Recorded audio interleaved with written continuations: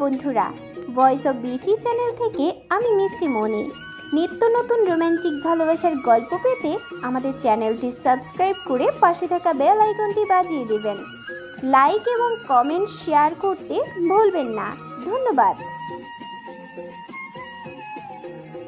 রোদের এহেন কথায় মায়ার চোখ রাগে লাল হলেও রাজ রোদের মাথায় দিল এক চাপড়। রাগ দেখিয়েই বলে, বর থাকতে দেবর কেন লাগবে শুনি? আমার বউয়ের থেকে 10 হাত দূরে থাকবে। এমন দেবর থাকা ভাইদের জন্য বিপজ্জনক। হিয়া ঠোঁটটা টিপে টিপেই বলে, একদম ঠিক হয়েছে। বলেই চোখের চশমা ঠিক করে। রুদ্র শুনে মৃদু হাসল। রাজ মায়াকে কোলে নিয়ে ভেতরে ঢুকলো। মায়া তাকিয়ে তাকিয়ে দেখছে চারপাশ। বাড়ির সামনের বড় জায়গায় ফল ফুলের বাগান। এটা আগেও ছিল। এর পাশে একটা সুইমিং পুল। মায়া কল্পনা করে এই সুইমিং পুলের পাশে সে বই নিয়ে বসে থাকতো আর তার মা শাহানা পারভিন খাবার এনে খাইয়ে দিত। প্রথম দিকে রাজ অনেক ভালো ছিল। ওই সময় রাজ মায়াকে নিজের হাতে খাইয়ে দিত, মায়াকে আগলে রাখত। ধীরে ধীরে পরিবর্তন হয়ে যায় রাজ। অত্যাচার শুরু করে মায়ের প্রতি। এক সময় করলো তাদের প্রতি নির্মম নির্যাতন। অতীত মনে পড়তেই মায়ের চোখটা ঘুরিয়ে রাখলো রাজের দিকে। রাজের মুখশ্রী দেখতে থাকে আর মনে মনেই বলে, আপনাকে আমি এমন অপমান করব যে আপনার এই অহংকার মাটিতে গুঁড়িয়ে যাবে। এই মায়া আপনাকে সুখে থাকতে দিবে না। এইটা মায়ার প্রমিস। মায়াকে ভেতরে এনে সোফায় বসিয়ে দিল রাজ। বাসার সবাই ভেতরে ঢুকতে একজন সার্ভেন্ট মিষ্টি আর শরবত নিয়ে আসে। বউকে সবাই মিষ্টি দিয়ে সম্বোধন করতে চায়। সর্বপ্রথম মাহমুদ সর্দার মিষ্টি খাইয়ে দেয় মায়াকে। এক এক করে সবার হাতে মিষ্টি খাওয়ার পর মোহন সর্দার আসে মায়াকে মিষ্টি খাওয়ানোর জন্য। মায়া মোহন সর্দারের চোখের দিকে তাকিয়ে সবার উদ্দেশ্যেই বলে, অতিরিক্ত মিষ্টি খেলে আমার কষ্টই হয়। আমি আর খেতে পারবো না। মাহমুদ সর্দার মায়ের মুখের দিকে চেয়ে আছেন, কিছু একটা ভেবেই বলেন, মেয়েটা আজও অনেক কষ্ট করেছে, এখন মিষ্টি আর খাওয়াতে হবে না। মোহন সর্দার অপমান বোধ করলেও চলে আসে। মা ওনার দিকে তাকিয়ে ঠোঁটটা একটু পাকালো, যেন এটাও একটা অপমান হলো মায়ের তরফ থেকে। মাহমুদ সর্দার ভেতরে গেলেন কিছু সময়ের জন্য। মিনিট 5 পরে হাতে কিছু একটা গহনার বক্স নিয়ে উপস্থিত হলেন। হাতে প্রায় 7-8টা গয়নার বক্স হবে। ওগুলো সার্ভেন্টদের ইঙ্গিত করতেই ওরা বক্সগুলো নিয়ে মায়ের সামনে টেবিলেই রাখলো। এক এক করে প্রতিটি বক্স খুলতেই গহনা দেখতে পেল সবাই। চোখ কপালে উঠল যেন। সোনালির যে গহনা আছে এগুলো পুরনো সময়ের, কিন্তু এখন এগুলোর মর্ম অনেক। বিক্রি করলে কোটি টাকা উঠে আসবে। সবগুলো গহনার মধ্যে সোনালির চোখ গেল সব থেকে বড় বক্সের গহনার দিকে। ওখানে একটা সীতাহার আছে, যেটার কারুকাজ নিজ মাহমুদ সর্দারের দাদি পছন্দ করে বানিয়ে যান। এরপর থেকে এই বাড়ির বউয়েরা এই গহনা পায়। বউ বললেও ভুল, যে বউ বড় বউ সেই পায়। সোনালি শিওর এখন এটা মায়া পাবে। একবার মিলি থেকে তাকালো সোনালি, তারপর তার ছেলের কথাটাও ভাবলো।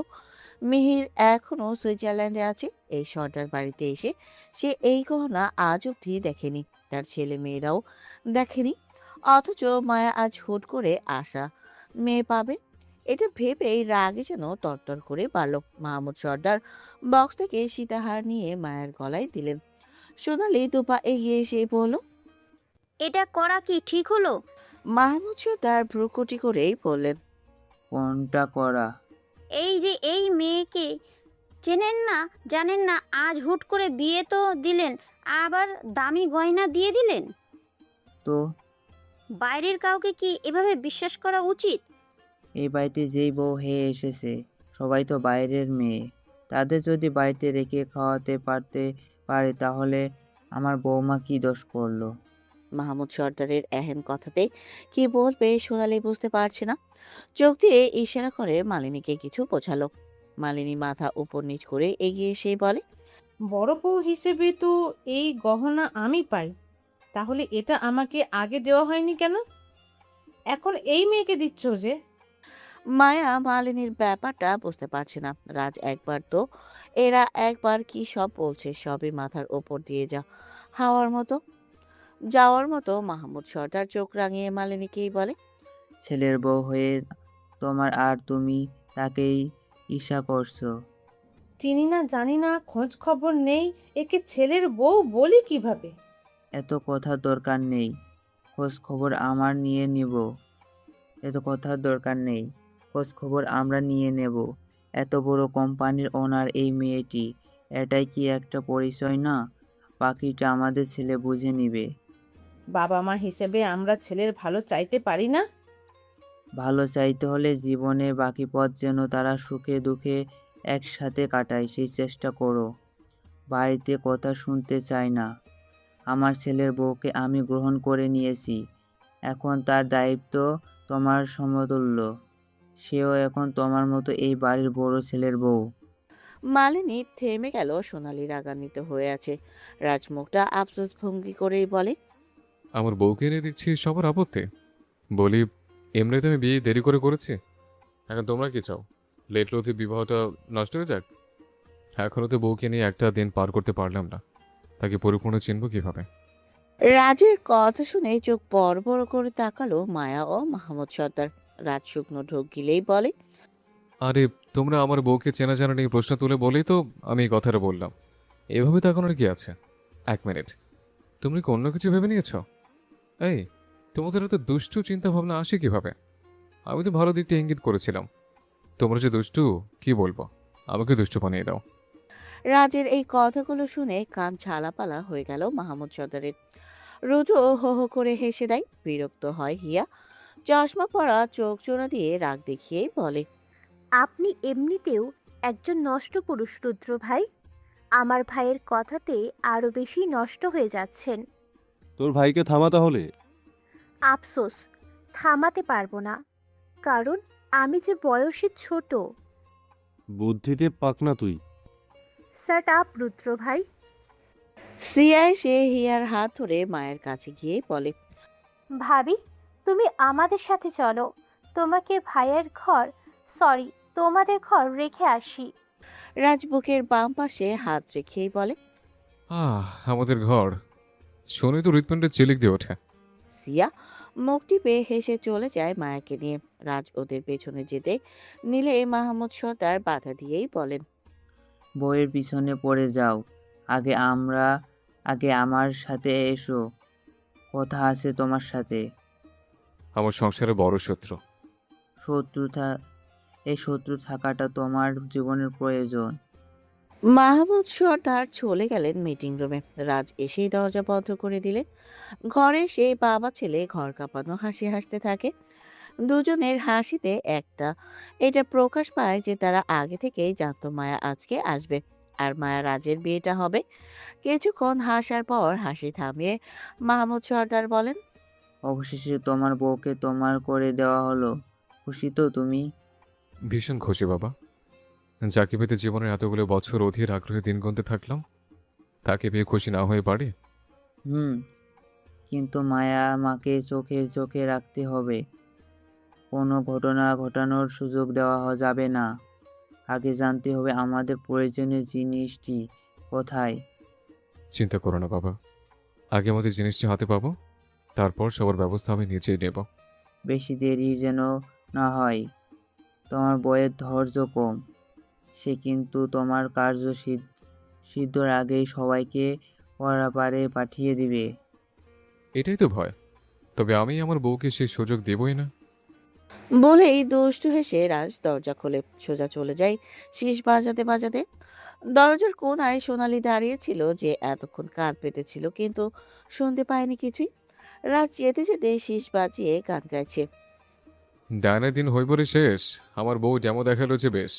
ছলাকল আর হবে না পূরণ, বউ তোমাকে বাছাইবে বৃন্দাবন। কথাটা কানের মাধ্যমে সোনালীকে বুঝিয়ে দিলেও সোনালী বুঝল না কিছুই। ওনার আঁচল মুচি করে ধরে ঘরে চলে যায়। রাত যাবে তার বাসরে, বউ তার অপেক্ষায় আছে বলে কথা। কিন্তু পথিমধ্যে বাদ হয়ে দাঁড়ালো মিলিসিয়া, হিয়া ও রুদ্র। ভাই বোনদের দেখে রাজ ভ্রুকুটি করে বলে, বাসর যাচ্ছিলাম তো ভাই, কোনো কিছু চুরি করে পালাচ্ছে না যে এভাবে সামনে দাঁড়িয়ে থাকবি আমাকে আটকাতে। রুদ্র বুকে দুহাত গুজেই বলে, বাসরে বর চোরের মতো গেলে তো আর তাকে আটকাতে হবেই। আব্বে বেটা রুদ্র, আমি আমার ঘরে আমার বউয়ের কাছে যাচ্ছি, আমার বাসর করতে যাব, এত মনোবল শক্ত করা লাগে? তুমি আমাকে চোর উপাধি দিতে পারো না। আচ্ছা, দিলাম না চোর উপাধি। এবার বাসরে যাওয়ার টাকাটা দাও। বাসর করে বাচ্চার বাপ হবো আমি, তাহলে বাসরের টাকা কেন পাবি তুমি? কারণ বাসর করবে তুমি, কাকা হব আমি। এবার কাকা হওয়ার আগে দিয়ে দাও তোমার বাসরের টাকাখানি। হিয়া রৌদ্রকে হাতের কোণে দিয়ে গোতা দেয়। পেটে ব্যথা পেল রৌদ্র। রাজকে প্রশ্ন করে। তোমার এই উপন্যাস প্রেমী বোনটা কি খালি উপন্যাস পড়ে গুতা মারতে শিখেছে, নাকি প্রেম প্রেম কিছু শিখেছে? আমার বোনের প্রেম বিয়ের পর হবে। ছোট মানুষের প্রেম মানায় না। ওর প্রেম আকাশ পাতাল দূরত্বে। ওদিকে নজর দিবেন আমার বোনেরা। হিয়া রৌদ্রকে দেখিয়ে বিজয়ের হাসি দিল। রৌদ্র ডোন্ট কেয়ার ভাব করেই বলে। তোমার বোনের পালা পড়ে, আগে বউকে দেখো। তাই তো দেখতে চাই। টাকাটা দিয়ে বানিয়ে নাও আমাকে আমাকে কাকা। রাজ পকেট থেকে টাকা বের করে দিয়ে দিল ভাই বোনদের মাঝে, যেটা নিয়ে ওরা খুশি হয়ে দরজা ছেড়ে দিল। রাজ হাঁপ ছেড়ে চলে গেল ভেতরে। এবার তো তার বাসরের পালা। ঘরে সে উকি দিয়ে রাজ বলে ওঠে। লেটস গো ফর বাসর মায়াবতী। বলেই দরজাটা লাগিয়ে যে পেছনে ঘুরতে যাবে অমনি তাদের গলায় ছুরি নিয়ে দাঁড়ায় মায়া। রাজের দাঁড়িয়ে যায় রোবটের মতো। মায়া রাগী কণ্ঠেই বলে। বাসর করতে চান আমার সাথে, তাই না? আজ এই বাসর হবে আপনার কবরস্থানে। আগে বলবে তো, তাহলে কবরস্থানে ফুলগুলো নিয়ে বাসর ঘরে সাজাতাম। এর জন্য বরকে ছুরি দিয়ে আঘাত করতে হয় নাকি? আপনার বাসর আমি করাচ্ছি মন্ত্রীমশাই। মায়া যে ছুরিটা চালানো শুরু করবে অমনি মায়ের হাতে কামড় দিল রাজ। ব্যথা পেয়ে হাত সরিয়ে নেয় মায়া। হাত থেকে ছুরিটা ছো মেরে কেড়ে নেয় রাজ।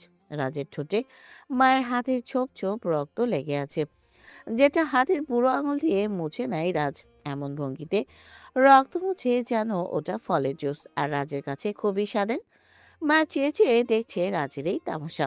নাক মুখ ফুলিয়ে মায়া কোমর থেকে গুলি বের করতে নিবে অমনি রাজ এসে মায়ের দুহাত নিজের হাতের সাথে নিয়ে উঁচু করে দেয়ালের সাথে আটকে নেয়। মায়ের চোখে মুখে হিংস্রতা দেখা যায়, যেটা দেখে রাজ বলে।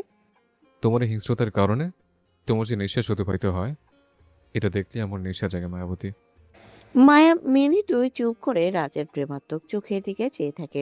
রাজের কথার মানেটা যখনই তার মস্তিষ্কে পৌঁছায় তখনই চোখটা বড় করে তাকালো। রাজ এইটা দেখে ঠোঁটটা প্রসারিত করে মায়ের গোলাপি ওষ্ঠে নিজের কালো ওষ্ঠ মিলিয়ে দিল। মায়া চাইলেও পারছে না রাজকে থামাতে। তার দুই হাত যে রাজের এক হাতের মাঝেই আবদ্ধ। 10 মিনিট ধরে এভাবে ওষ্ঠের কার্য চালানোর পর রাজ অনুভব করলো মায়ের কপল বেয়ে খাপ জড়ছে। মায়ের ওষ্ঠ ছেড়ে দিতেই রাজ বুঝতে পারে মায়ের রাগ কন্ট্রোল করতে না পেরে হাইপার হয়ে গেছে। নিজের জেদ এখন অসুস্থ হয়ে যাচ্ছে মায়া। এসি চালা সত্ত্বেও মায়ের এই অবস্থা দেখে ঘাবড়ে যায় রাজ। মায়ের হাতটা ছেড়ে আলতো করে ধরে বিছানায় বসিয়ে দেয়। বীরকে কল করে। বীর ফোন রিসিভ করতেই রাজ বলে। এসি চলার সত্ত্বেও মায়াবতী অতিরিক্ত ঘামছে আর হাঁপিয়ে উঠছে। এভাবে হাঁপাচ্ছে কেন? ওর তো অবস্থা খুবই খারাপ। ওর ট্রমা এখনো মস্তিষ্কে চেপে আছে, কেন জানি না। ছোট থেকেই তোকে সহ্য করতে পারে না। ছোটবেলায় তোর নাম নিলে ও চারপাশে ভাঙচুর শুরু করে, তার গায়ে দেখলেই হাত তুলতো। ওকে অ্যাসাইলাম থেকে আনার আগে ডাক্তার বলেছিল অতিরিক্ত হাইপার হয়ে গেলে ওকে কোনো জোর না করতে। আর ঘামছে যেহেতু, তাহলে ওকে শাওয়ার নিতে বল। আমার ওখানে থাকতে মৌ ওকে ওয়াশরুমে নিয়ে মাথায় পানি দিয়ে দিত। তুইও পারলে তাই কর। রাজ কল কেটে দিল। মায়াকে কোলে করে দাঁড়ায়। মায়া ছাড়ানোর চেষ্টা করেই বলে। এখন আবার কি? ওয়াশরুমে চলো। কেন? বাথরুম বিলাস। কি? বাসরে আজ বাথরুম বিলাস হবে। মায়াকে ওয়াশরুমে নিয়ে বাথটাবে ছেড়ে দেয়। রাজর পাঞ্জাবের দুটো বোতাম খুলে মায়ের পাশে বসে। পাশে থাকা হ্যান্ড শাওয়ার নিয়ে মায়ের মাথায় পানি ঢালতে থাকে। মাথার মাঝ বরাবর পানি পড়ার সময় চোখটা বন্ধ করে রাখে মায়া। এতে করে একটু শান্তি মেলে মনে। মস্তিষ্ক ঠান্ডা তো সকল কিছুই ঠান্ডা। মায়ের মাথায় পানি সব গড়িয়ে ঠোঁট থেকে গলার দিক থেকে চলে যাচ্ছে, যেটা লোভাতুর দৃষ্টিতে দেখতে থাকে রাজ। নিজেকে সংযত রাখতে চেষ্টা চালাচ্ছে এখন। মায়াবতীকে কষ্ট দিবে না সে। কিন্তু যখনই তার চোখটা চলে গেল মায়ের হাঁটুর দিকে, দেখতে পেল লেহেঙ্গার নিচের অংশ উঠে হাঁটু বের হয়ে আছে।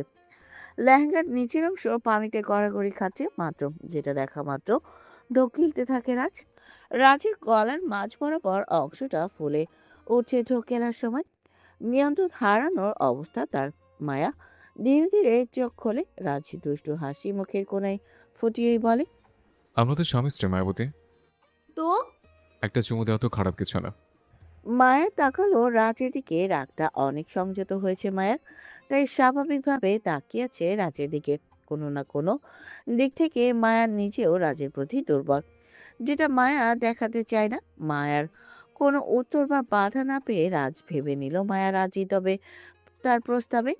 মায়ের গলার পেছনে হাত রেখে সামনের দিকে গলার উন্মুক্ত স্থানে মুখ চুপিয়ে দিল রাজ। ধীরে ধীরে রাজের মুখটা মায়ের দাড়ি সোজা চলে আসে। মায়ের নিজেও চোখটা বন্ধ করে নেয়। রাজ মুখের উপর এনে চোখ বন্ধ করে থাকা মায়ের মুখের দিকে চেয়ে আছে। নাকে টোকায় অধর ছুঁয়ে নিচে নামে রাজ। মায়া আবারও চোখ খুলো। রাজ মেয়েটাকে টাওয়াল দিয়েই বলে, আজকের মতো বাথরুম বিল সেখানেই শেষ। বাকিটা তুমি সুস্থ হলে হবে। রাত চলে যেতেই মায়া উঠে টাওয়াল প্যাঁচালো নিজের শরীরে, কিন্তু এই অবস্থা বাইরে বের হতে চায় না, কারণ রাজ তাকে দেখলে আবারও অঘটন ঘটিয়ে দেবে। এই যে লুচুলো কখন কি করে ঠিক ঠিকানা নেই। মায়া গলা উঠিয়ে বলে, শুনছেন? রাজ মাথা শুকাতে ব্যস্ত। মায়ের ডাক শুনেই বলে, বলো।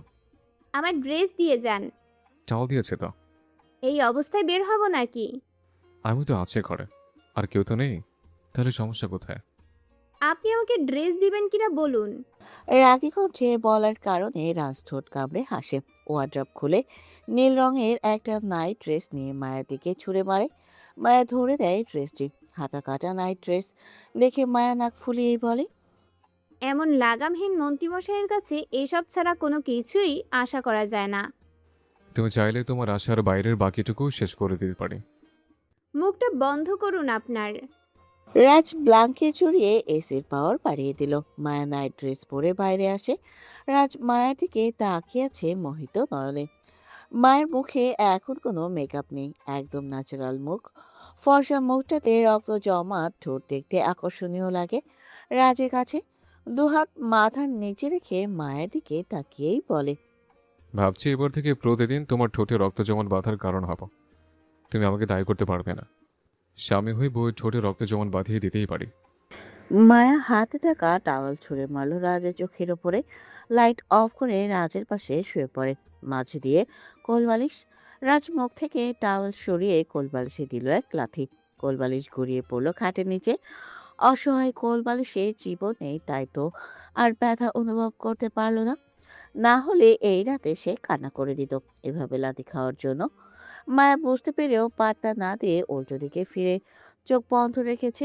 মনে মনে ভিন্ন এক অঘটন ঘটানোর পায়তারা চালাতে চায়। ভাবছে এখন রাজকে খুন করলে সোজা জেলে যাওয়া ছাড়া উপায় নেই। এর থেকে বরং আগে সোনালী ও মোহন সর্দারের ব্যাপারটা শেষ করে রাজের বিচার করবে। শত্রু হলেও স্বামী হয়ে যেন রাজ তার উপকার করলো। রাজ এসে মায়ের কোমর জড়িয়ে শুয়ে পড়ে। মায়া ছাড়ানোর ব্যর্থ চেষ্টা করছে। রাজ মায়ার গলার কাছে মুখ গুজে ফিসফিস করেই বলে, জোর করে আমার বক্ষ থেকে দূরে যাওয়ার চেষ্টা করলেও পারবে না তুমি। তোমাকে আমার বক্ষে স্বাগতম করেছি নিজ দায়িত্বে। এটা আর কোনোদিন এই বক্ষ থেকে আলগা হবে না। মায়ের চোখ দিয়ে পানি পড়ছে, মুছল না হাত দিয়ে। রাজ বুঝতে পারছে সে কান্না করছে, আর মায়া চায় না তার কান্না কেউ দেখুক। এই রাত যত পারুক ইমোশন হোক, এতে তারই ভালো। বর্তমানে মায়ের কথা মনে পড়ছে খুব। তার মাকে যদি অসম্মান করে বাড়ি থেকে বের করে না দিত, মা যদি ওই দিন অ্যাক্সিডেন্ট করে মারা না যেত, মা যদি গুন্ডাদের কাছে ধরা না পড়তো, তাহলে মায়া হয়তো এই পরিবারেই বেড়ে উঠতো, খুশি খুশি হয়ে আপন করে নিত রাজকে। কিন্তু এই রাজের জন্যই তো তার মায়ের মৃত্যু হয়েছে। তাকে 2 বছর অ্যাসাইলামে থাকতে হয়েছিল। কোনোদিন ভুলবে না সেই তিক্ত অতীত। যারা যারা এই তিক্ত অতীতের কারণে তাদের প্রত্যেককে নিজের হাতে মারবে মায়া। তবে মোহন সর্দার আর রাজকে মারবে তিলে তিলে, ভালোবাসার আঘাত দিয়ে জর্জরিত করবে সে। এটাই এখন মনে মনে স্থাপন করে নিল।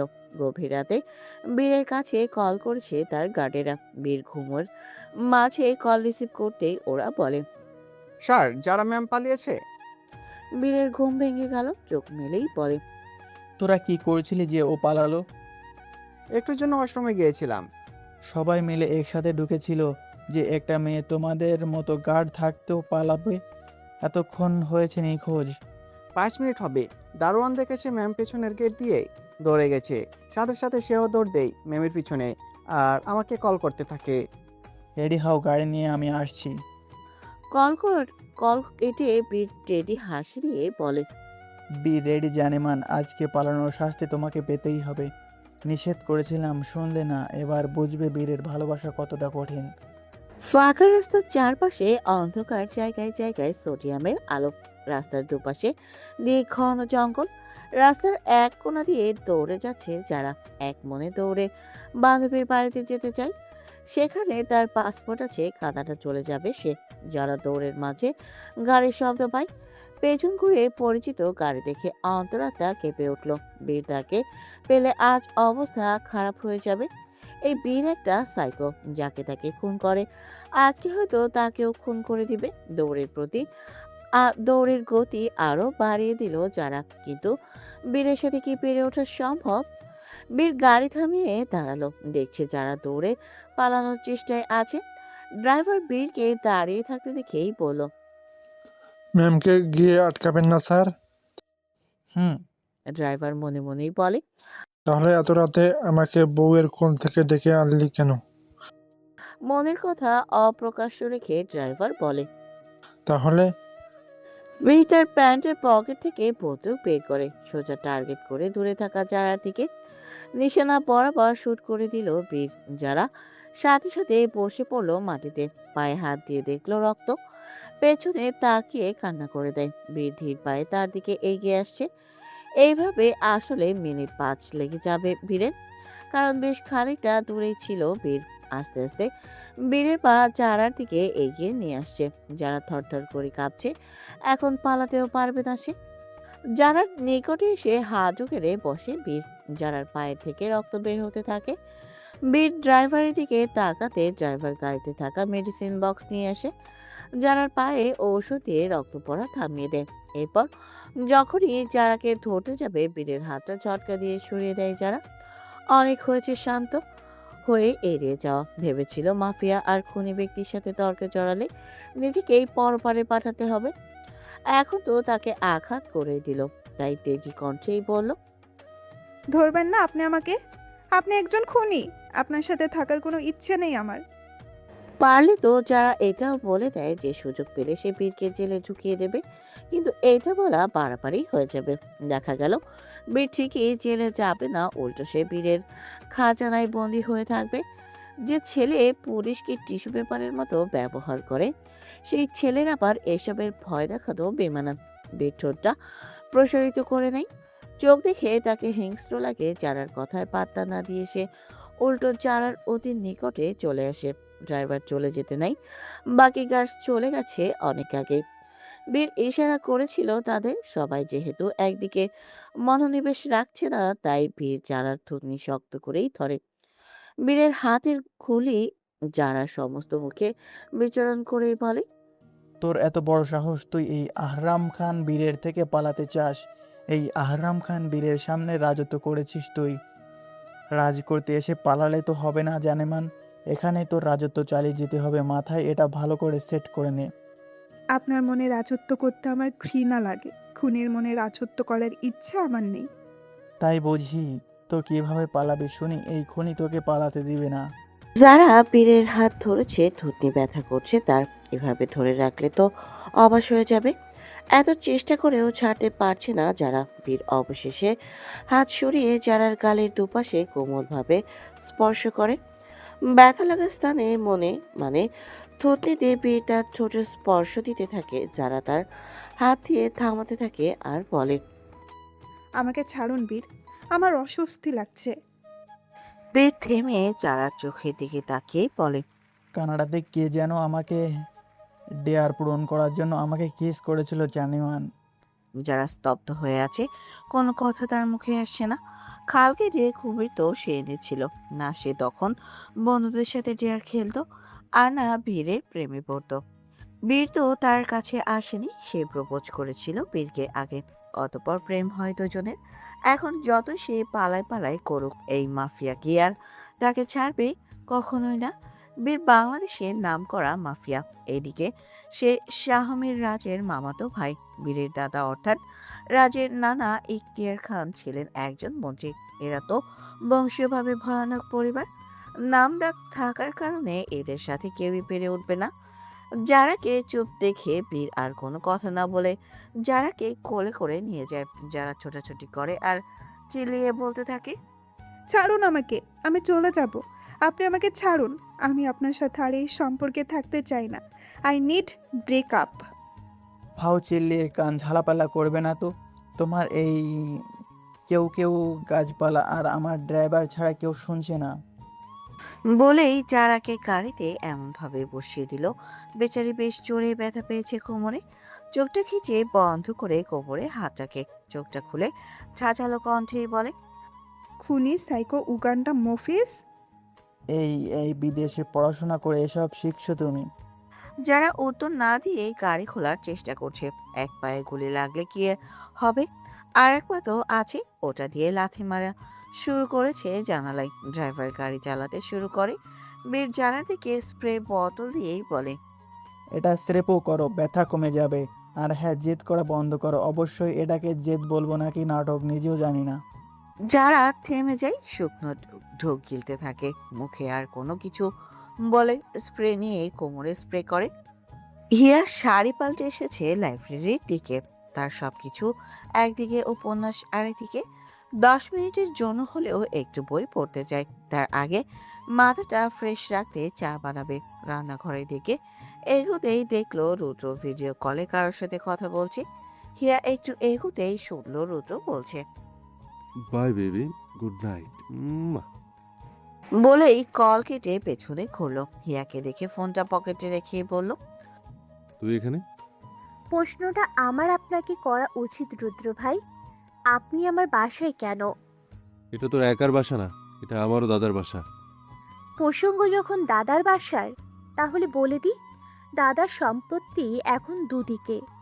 আপনার বাবার তরফের জমি এদিকে। এখন আপনি আমার বাবার জমির উপর দাঁড়িয়ে আছেন। তোর বাবার তো আমি থাকাতে কোনো অ্যালার্জি নেই। তোর এত কেন অ্যালার্জি শুনি? আপনার মতো নষ্ট পুরুষ যেখানে, অ্যালার্জি তো সেখানে। আসল কথা হলো এই যে, আমার নষ্ট মানুষে অ্যালার্জি আছে। বলেই হিয়া চলে যায় রান্নাঘরে। রুদ্র এই কথাগুলো গায়ে মাখলো না, অপেক্ষায় আছে শুধু। হিয়া চায়ের পাতি অল্প দিয়ে চা বানালো। একটু বই পড়ে ঘুমিয়ে যাবে, তাই লিকার কম দিয়ে চা বানিয়ে মাথাটা ফ্রেশ রাখতে চাই। হিয়া চোখ বন্ধ করে কয়েক চুমুক দিল চায়ের কাপে দিল। এরপর রুদ্র সে তড়িৎ গতিতে চায়ের কাপ নিয়ে তাতে চুমুক দিল।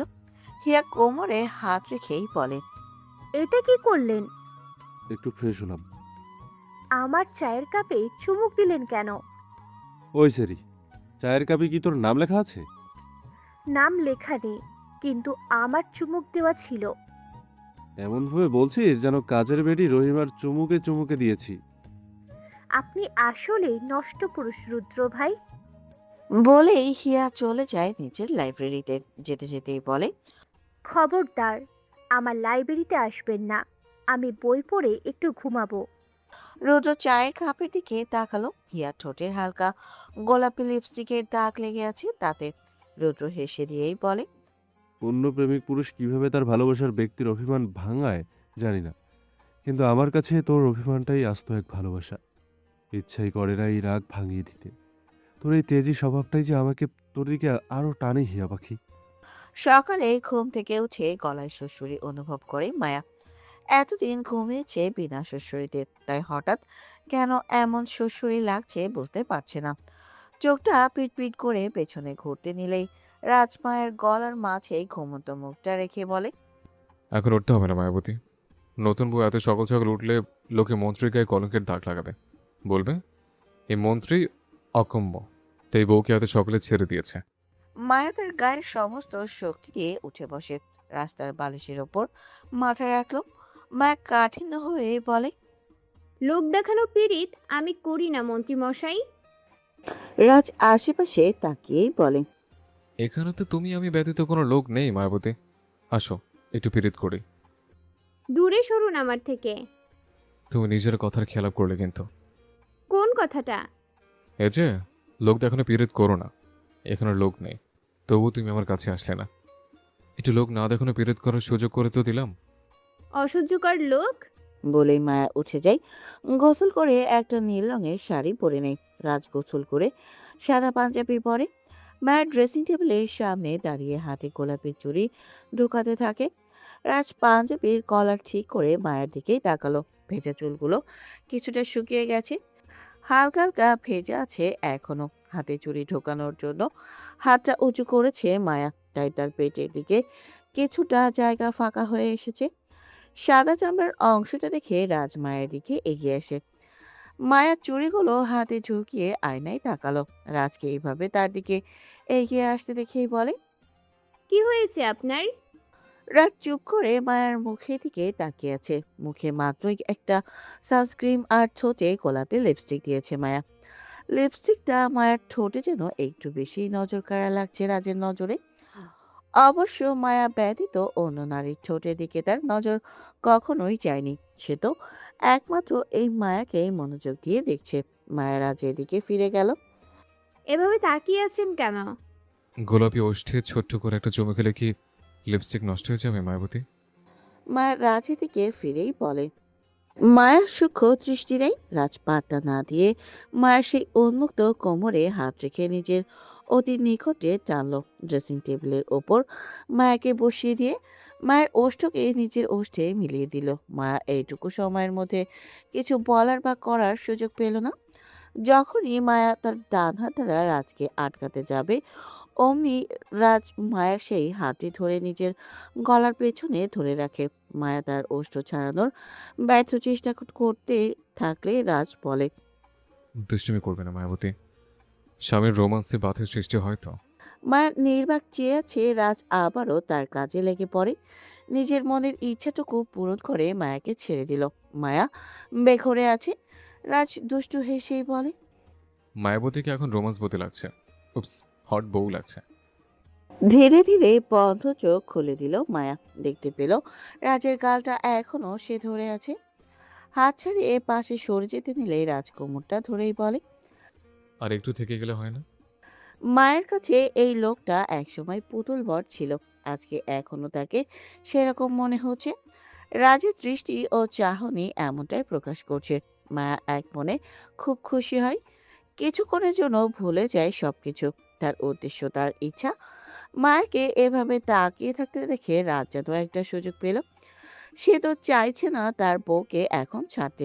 বউ যখন তার কাছে বেঘরে আছে, তখন এই সুযোগের সদ্ব্যবহার করাটাই উচিত।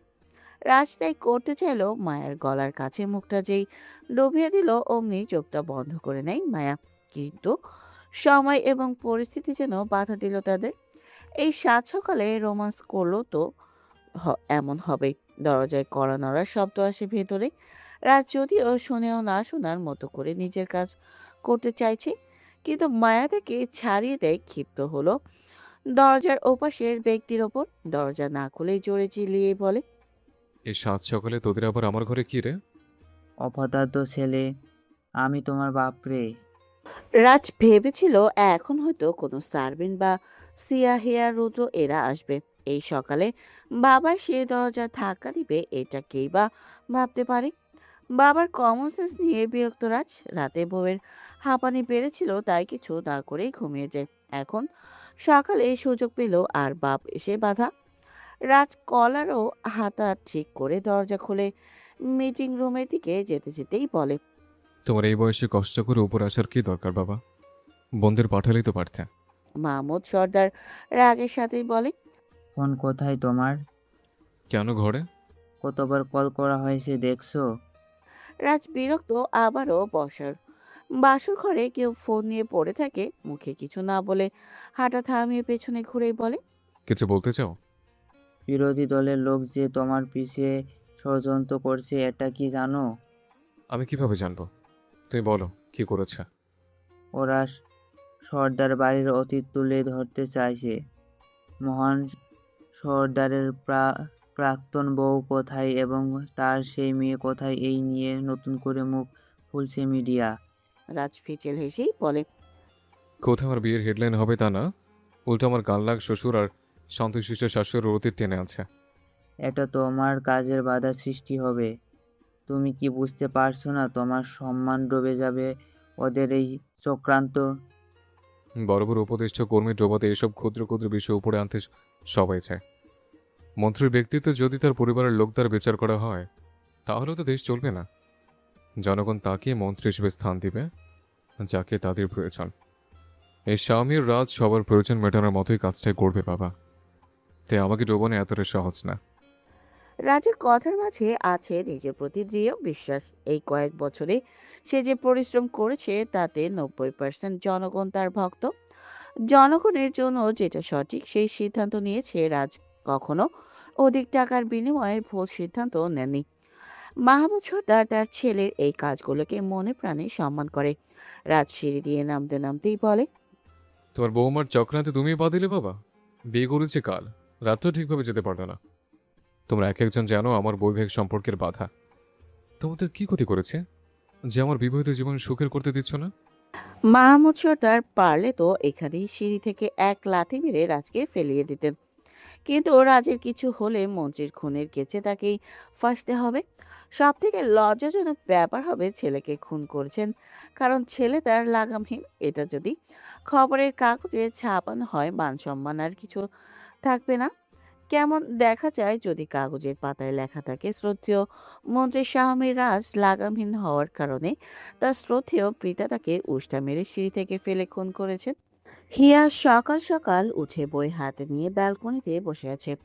বই পড়ার জন্য না, পরিবেশ দেখছে। চশমার চোখটা চারিদিকে বোলাতে থাকে হিয়া।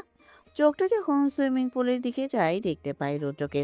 জিম করছে ছেলেটা, স্যান্ডো গেঞ্জি আর জিন্স। সুইমিং পুলের গা ঘেঁষে উপর হয়ে দু হাত ফ্লোরে চেপে ধরে টান টান হয়ে ব্যায়াম করছে এখন। লম্বা চওড়া স্বাস্থ্যকর শরীর যেন মেয়েদের দৃষ্টি আকর্ষণ করতে সক্ষম। হিয়ার মনটা তো কবে জয় করে নিয়েছে, কিন্তু হিয়ার মনের দহনে মেটায়নি এই লোকটা। হিয়া কষ্ট পেল খুব সেদিন যখন সে রুদ্রকে দেখছিল একটা মেয়ের হাত ধরে রেস্টুরেন্টের ভেতরে ঢুকতে খুব কষ্ট হয় তার। এরপর ভ্যালেন্টাইন ডের দিন হিয়া ভেবেছিল রুদ্রকে প্রপোজ করবে, কিন্তু পারল না মেয়েটা। রুদ্র একগুচ্ছ গোলাপ নিয়ে জনসম্মুখে একটি মেয়েকে প্রপোজ করছে, মেয়েটিও তাকে অ্যাকসেপ্ট করে নিল। এটা দেখে আহত হয় হিয়া। এরপর আবার আরেকটি মেয়ের সাথে ডেট করতে দেখেছে রুদ্রকে। আবার একদিন মদের আড্ডায় কিছু ছেলেদের সাথে দেখে হিয়ার মনে ঘৃণার সৃষ্টি হয় রুদ্রের প্রতি। হিয়ার চশমা পরা চোখটা দিয়ে কয়েক ফোঁটা পানি গড়িয়ে পড়তে থাকলো। সে আহত রুদ্রের এমন ব্যবহারে। এমন কেন তার ভালোবাসার মানুষটা? এখন আবার হিয়া দূরে দূরে থাকতে চাইতো। এই লোকটা দূরে যায় না, বরং বাহায়াপনা করে তার সাথে। হিয়ার ভাবনার মাঝেই দূর থেকে রুদ্র বলল, হিয়া পাখি। হিয়ার মনটা শীতল হয়ে আসে। চোখটা রুদ্রের দিকে চায়। রুদ্র হাসি হাসি মুখ করেই বলে, সকাল সকাল বই নিয়ে বসেছিস? আপনার মতো একাধিক নারী নিয়ে ব্যস্ত থাকলে বুঝি খুশি হতেন? তুই কেন নারী নারী নিয়ে ব্যস্ত থাকবি? সেই তো, আমি তো পুরুষ নিয়ে ব্যস্ত থাকবো। ব্যস্ত থাকার আগে তার অ্যাড্রেসটা আমাকে দিয়ে দিস। কেন?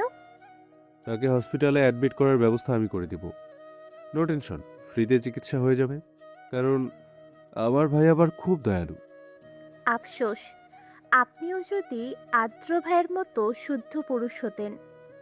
সব পুরুষকে শুদ্ধ হতে নেই। নারীদের আঘাত করার জন্য হলেও একটা নষ্ট পুরুষ দরকার। হৃদয়হীন নষ্ট পুরুষ। হিয়া পাখির নষ্ট পুরুষ। হিয়া চলে গেল ভিতরে, আর উত্তর দিল না। নির্লজ্জ তার মন।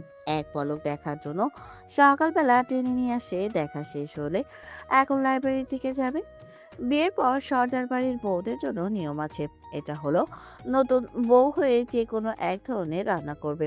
রাজ এখন পিয়াসের সাথে মিটিং রুমে ব্যস্ত আছে। বিরোধী দলের সাথে নাকি তার দলের একজন যোগ হয়েছে, সাথে করে রাজের নাম করে চাঁদাবাজি শুরু করেছে। আরও কিছু কথাবার্তা নিয়ে বসেছে রাজ ও পিয়াস। এদিকে মায়ার শাড়িটা ঠিক করে নিজেকে পরিপাটি করে নিচে দাঁড়িয়েছে। মায়াকে দেখে মালিনী বলেছে, বাড়ির নতুন বউদের কিছু নিয়ম আছে। মায়া টোন কেয়ার ভাব নিয়ে তার দাদাজানের আলিশান আসন যেখানে বসার সাহস রাজ ব্যতীত এ বাড়ির কেউ অবধি দেখায় না সেখানে গিয়ে বসলো। মালিনী যদিও অবাক হয়ে যায়, কিন্তু ওখানে উপস্থিত সোনালি আর মোহন সর্দার যেন রেগে ফেটে যাচ্ছে। এইবারের রাজকীয় আসন এটা, যেখানে বসার অধিকার রাখে এই বাড়ির প্রধান ব্যক্তি। মায়া কাল আসতে পারল না, আজকে এখানে বসেছে দেখে রাগে মাথা চেপেছে সবার। এমনটাও না যে তাকে কেউ আহ্বান করেছে বসার জন্য। মোহন সর্দার কিছু বলতে যাবে তার আগে মায়া অগ্নি দৃষ্টি দিল তার দিকে। তবু মোহন সর্দার থেমে থাকেনি, তেলে আসার সাথে বলতে থাকে, আমার বাবার আসনে বসার সাহসিকতা আসে কিভাবে তোমার? মায়ার ঠোঁটটা তিরস্কারের ভঙ্গিতে করেই বলে, বাবার কোন কথাটা রেখেছেন আজ অবধি যে এভাবে বাবার সুপুত্রের পরিচয় দিচ্ছেন? বড় হই আমি তোমার। এই বাড়িতে আরো গুরুজন আছে, এই আসনে বসার অধিকার তুমি রাখো না। এখানে বড় ভাই না হলে রাজ বসবে, কিন্তু তুমি না।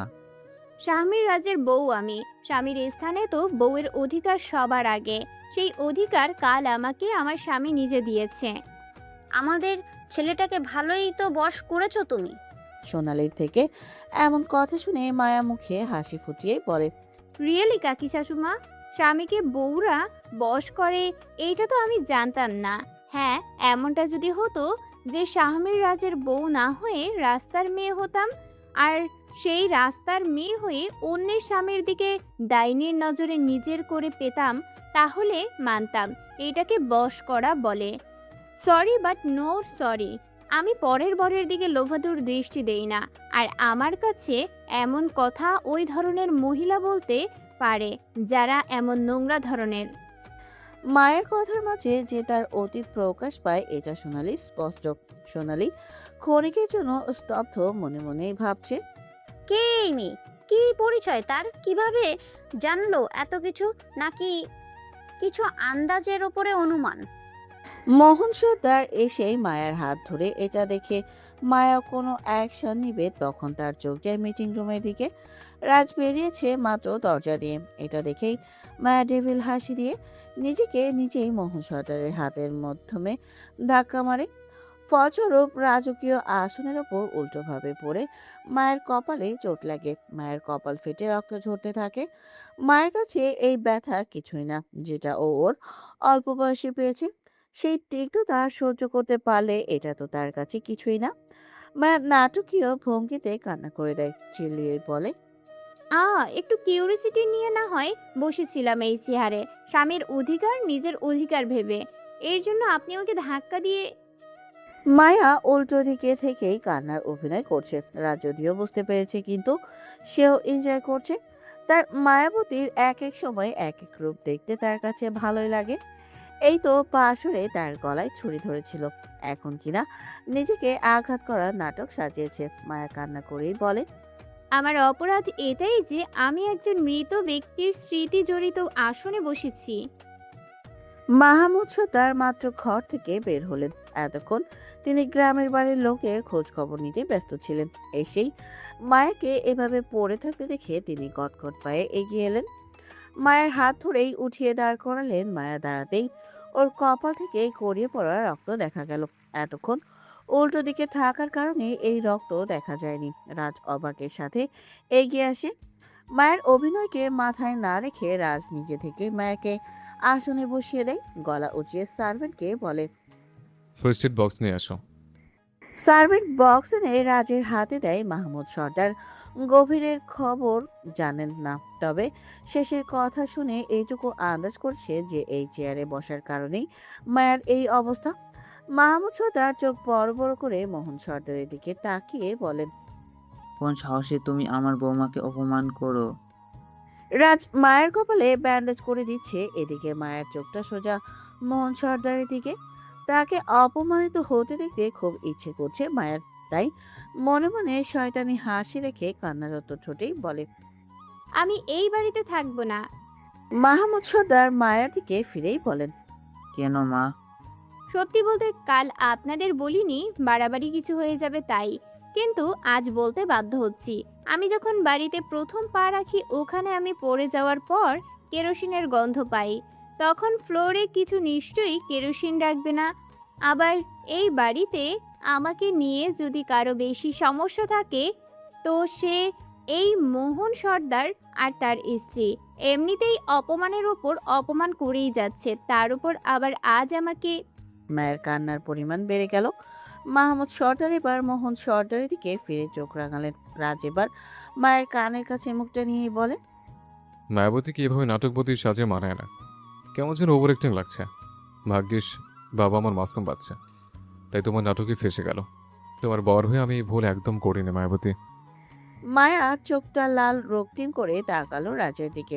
রাজ একটা অরুণ চুমু দেখিয়ে মুখের উপর হাত দিয়ে ইশারা করে বুঝিয়ে দিল এখন সে মুখটা বন্ধ করে রাখবে।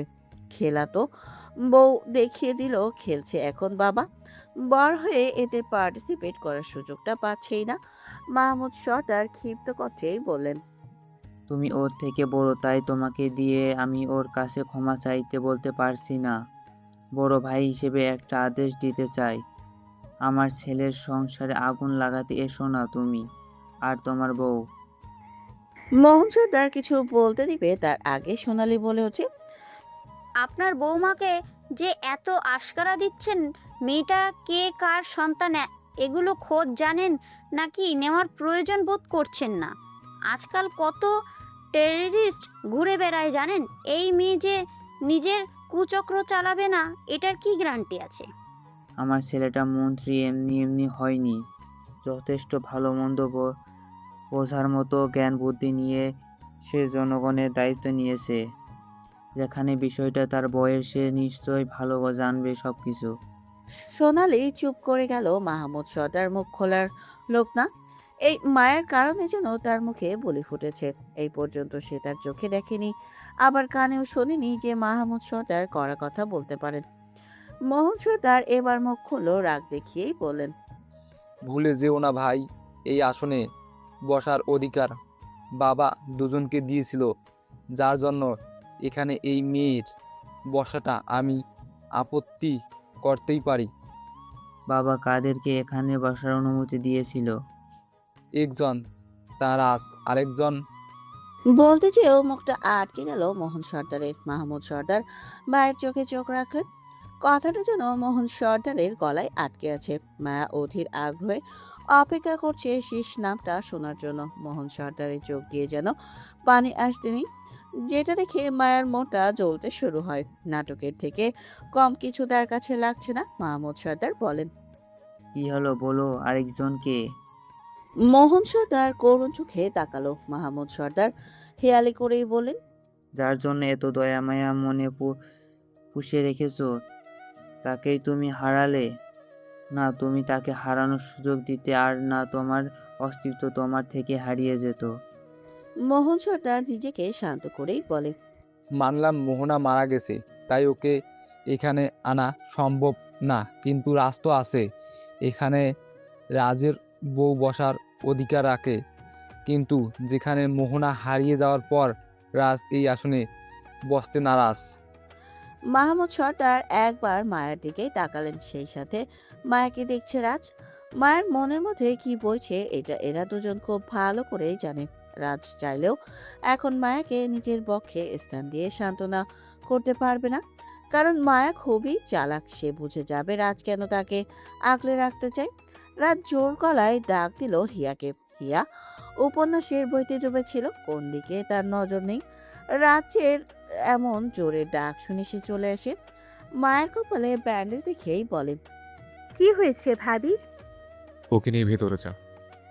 হিয়া এসে মায়কে নিয়ে যেতে নাই মাহমুদ সর্দার তখন মোহন সর্দারের উদ্দেশ্যে বলে, নিজের মেয়েকে তুমি নিজের কুকর্মের কারণে হারিয়েছো। কর্মের ফল বাতাসে নড়ে। তোমার কর্ম তোমাকে আজ ব্যর্থ করে দিল। তোমার নিজেরাও একটা ছেলে সন্তান আছে, তবুও তোমার তাতে কোনো সুযোগ সুবিধা নেই। মহান সর্দার যদি জীবিত থাকতো তাহলে বুঝতে তোমার জীবনে কতটা আলোকিত থাকতো। আজ সুন্দরী ফর্সা বউ আর ছেলে সন্তান থেকেও সেই আলোকিত জীবন তুমি পেলে না। ভাই হয়ে তোমার প্রতি আমার করুণা জাগে। সব কথার ঊর্ধ্বে একটাই কথা, এই আসনে বসার অধিকার শাহমীর রাজের বউ মেহেরুন জাহান মায়াখা রাখে। এই নিয়ে দ্বিতীয় অভিযোগ আমি শুনব না। মায়ের পা যেন আটকে যায় যখন শুনে মোহনা সর্দার মারা গেছে। নিজেকে জীবিত রেখেও মৃত বানাতে হয়েছে তাকে। হিয়া বলে ওঠে। কি হলো ভাবি? মালিনী এবার ওদিকে তাকিয়ে বলে, আচ্ছা, কথা তো ঘুরিয়ে পেঁচিয়ে সরে যাচ্ছে। আমি বলতে চেয়েছি এক কথা, এখানে আসলো অন্য কথা। মাহমুদ সর্দার মালিনীর দিকে ফিরতেই মালিনী বলে, মায়া এই বাড়ির নতুন বউ, ওকে কিছু রান্না করে খাওয়াতে হবে। মাহমুদ সর্দার বলেন, ওর কপালে যে অবস্থা, ও এখন কিভাবে রান্নাঘরে যাবে? দেখো, আমি তো ওকে ভারী খাবার রান্না করতে বলছি না, আমি বলেছি ওর পছন্দ মতো ও যেটা পারে ওটাই রান্না করে দেবে। সবাই মায়ের দিকেই তাকালো। মায়া বলে, কি রান্না করতে হবে আমাকে? মালিনী ভেবে চিন্তে বলে, যেহেতু তুমি এখন রান্না করার মানসিকতায় নেই, তাই সহজেই রান্না যায় তাই সহজেই রাঁধা যায় তাই সহজেই রান্না করা যায় এমন রান্না করো। হালিম রান্না করতে পারো, ওটা তো প্যাকেটেই সব আছে, শুধু মাটন কষিয়ে গরম পানিতে মিশিয়ে হালিম মিক্স করে দেবে। মায়া রাজি হয় রান্না করতে। হিয়া যেতে নেয় মায়ের সাথে, কিন্তু বাধা দিল মালিনী। বলে, ওকে কেউ সাহায্য করবি না। মায়া মৃদু হাসলো। সে এই বাঙালি রান্না পারবে না এটা কোনো কথা? সে তো আশ্রমের লোকের জন্য এক এক সময় এক এক রান্না করে। হালিম রান্না বেশ কয়েকবার করেছে। এখন মডার্ন হয়ে থাকা মানে সবাই মনে করে রান্না বান্নাই মেয়েরা পিছিয়ে। রাজ বিড়বিড় করে মাহমুদ সর্দারের কানে কানেই বলে, তোমার সেকেন্ড বউ আমার ফার্স্ট বউকে এত খাটিয়ে মারতে চায় কেন বাবা? মাহমুদ সর্দার যে এতক্ষণ তার বউয়ের হয়ে প্রতিবাদ করলো, এগুলোর জন্য একটা থ্যাঙ্কস তো সে পেল না। অথচ এখন যে মালিনী মায়াকে কথা শুনিয়ে দিল, অমনি ছেলেটাকে কানে কানে খোঁচা মারছে। মাহমুদ সর্দার আফসোসের সাথেই বললেন, ওটা তোমার সেকেন্ড মাকেই জিজ্ঞাসা করো। আমি তো তার মনের কাছে কান পেতে নেই যে সব জানবো।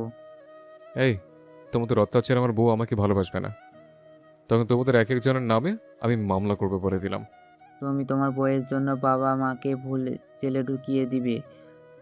মন্ত্রী হিসেবে বউয়ের প্রতি এটা একটা কর্তব্য। নারী নির্যাতন সোজা মন্ত্রীর বউয়ের উপর, এটা জনগণ জানলে আমার মান সম্মান থাকবে বলে তোমার মনে হয়? এর থেকে ভালো যে তোমার নামে মামলা দিয়ে নিজেকে লয়াল প্রমাণ করা। তোমার মতো ছেলেকে লয়াল ভাবতে আমার বিবেকে বাধে। ওই বিবেকের দরজাটা একটু বড় করো, তাহলে দেখবি বিবেকে কিছুই বাঁধবে না। মাহমুদ সর্দার কিছু না বলে চলে গেলেন নিজের ঘরে। এখন আবার মায়ের রান্নার জন্য অপেক্ষা। মায়া চলে গেছে রান্নাঘরে। কোমরে শাড়ি খুঁজে রেখেছে মায়া। ক্যাবিনেট থেকে রান্নার জিনিসগুলো নিয়ে রান্না চাপালো। কিছু একটা ভেবে একটা বড় হাঁড়িতে দুধ ঢালতে লাগলো। পোলাও চাল ধুয়ে পাশে রাখলো। ইচ্ছে করছে পায়েস রান্না করবে। খুব বেশি সে একটার পর একটা বাজিমাত করে। রান্নার মাঝে মায়া অনুভব করলো তার কোমর দিয়ে একটা বলিষ্ঠ হাত চলে যাচ্ছে। মায়া জানে এটা কার হাত। মায়া পেছনে ঘুরেই বলে, রান্না করছি আমি। হালিম রান্না করতে বলেছিল, পায়েস কেন? ইচ্ছা হলো কেন? আপনার আপত্তি আছে? Of course not.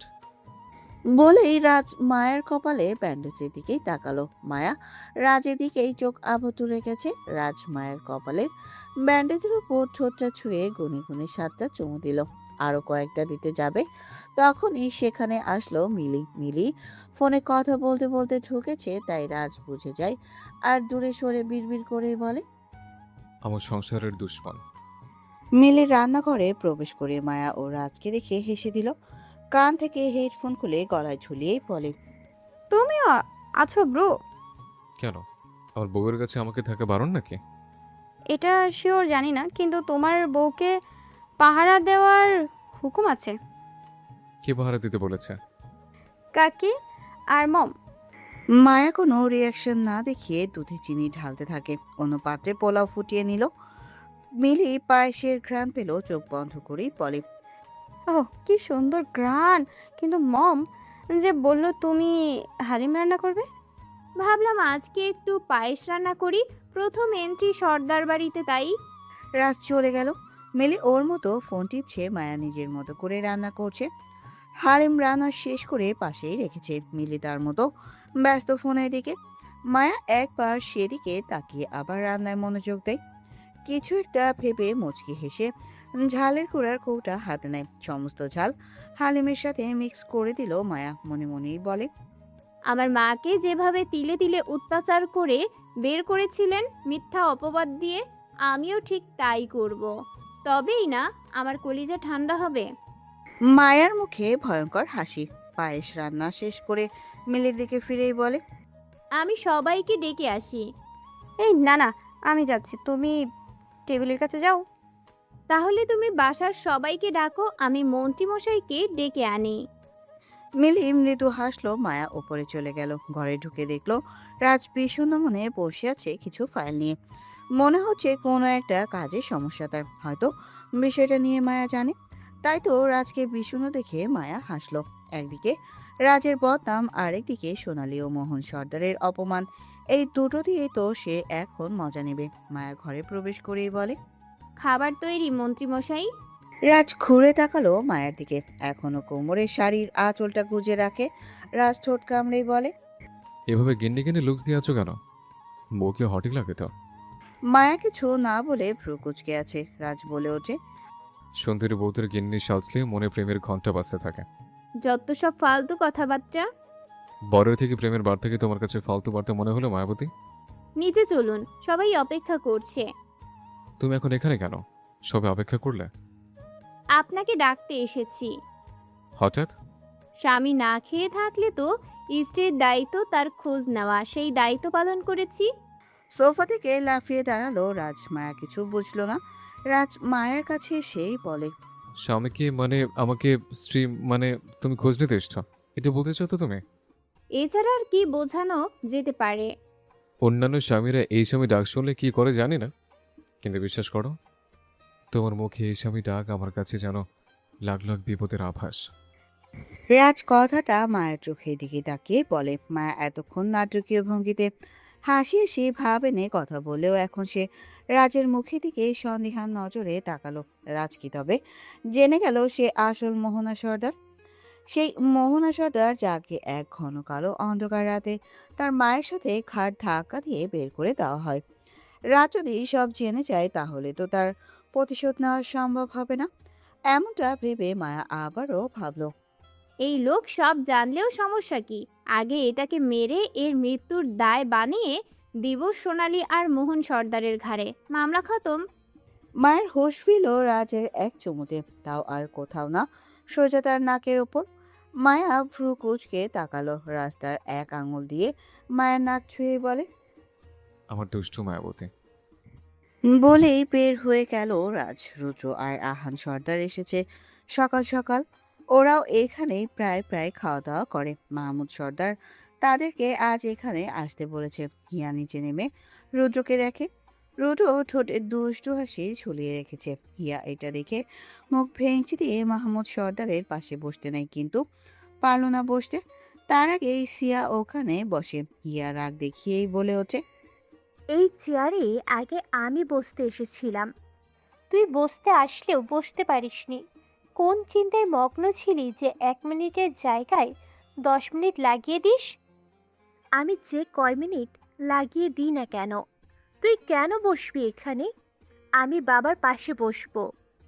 বাবা কি তোর একার যে তুই বাবার কাছে বসবি? বাবা আমারও। তোর বাবা জেনে আমার কি রে ভুটকি?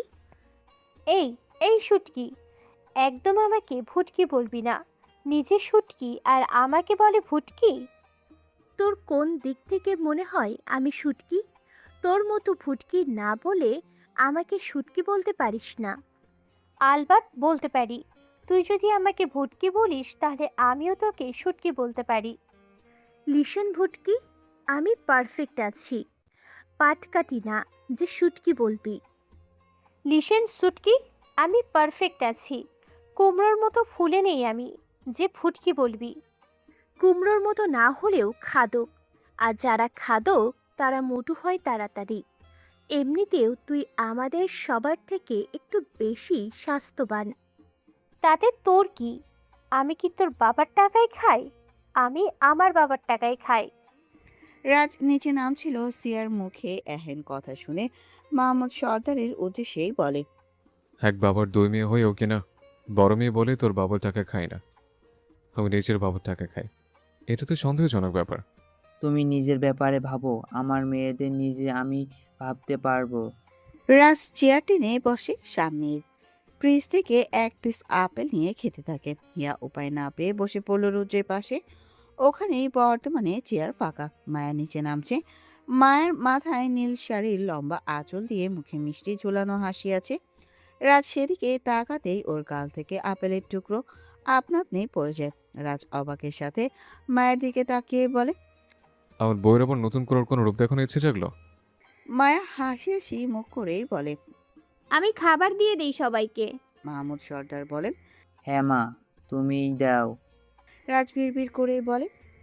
আমার বউ পেতেছে ফাঁদ, আমার বাবা তাতে দেয় পা। রোজও বিড়বিড় করেই বলে। ডাল মে কুছ তো কালা হে। সালাম আলাইকুম। হ্যালো বন্ধুরা, কেমন আছো তোমরা সবাই? আশা করছি তোমরা সবাই ভালো আছো, সুস্থ আছো। এম রোহিত, ভয়েস অফ বিতি চ্যানেলের পক্ষ থেকে এডিটর। গল্পটি কেমন লাগলো অবশ্যই কমেন্ট করে জানাবেন। এই যে বন্ধুরা, ভয়েস অফ বিতি চ্যানেলে যদি নতুন হয়ে থাকেন তাহলে প্লিজ সাবস্ক্রাইব করে বেল আইকন বাজিয়ে রাখুন, যাতে আপনাদের পরবর্তী গল্পের নোটিফিকেশন সবার আগে আপনি পান। সবাই ভালো থাকবেন, সুস্থ থাকবেন। দেখা হচ্ছে পরবর্তী পার্টে। টাটা।